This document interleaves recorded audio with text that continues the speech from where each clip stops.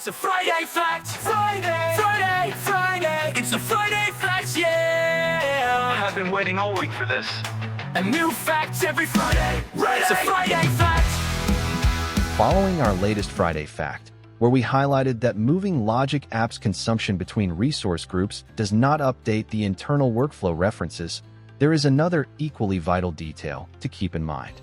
When you're managing Logic App's consumption in Azure, sooner or later, you'll encounter a common scenario: the need to move your Logic Apps between resource groups. This might happen because your governance model changes, you need to separate production from test, or you're consolidating resources under a new subscription strategy. At first glance, this seems straightforward. Azure Portal even allows you to move resources between resource groups with just a few clicks. But here's the catch. While the Logic App itself moves, its API connections do not automatically move with it. This is one of those platform behaviors that can easily go unnoticed until it creates operational issues. Let's break it down.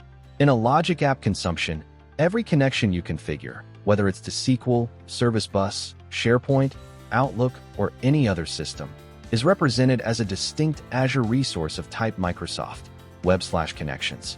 These connection resources reside in the resource group where they were created and are referenced by their absolute resource IDs within the workflow definition.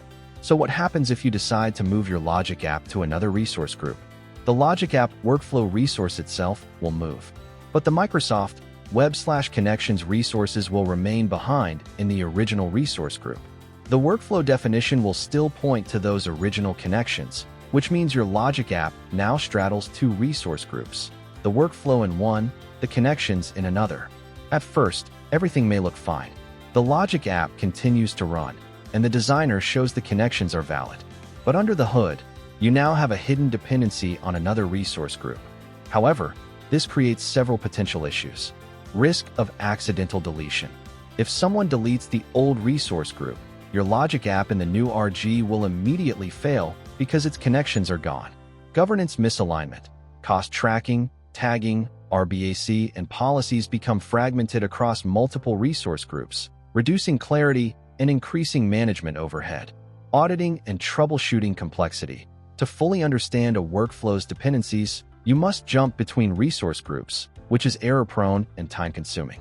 Best practices to keep in mind. Always plan moves as a set.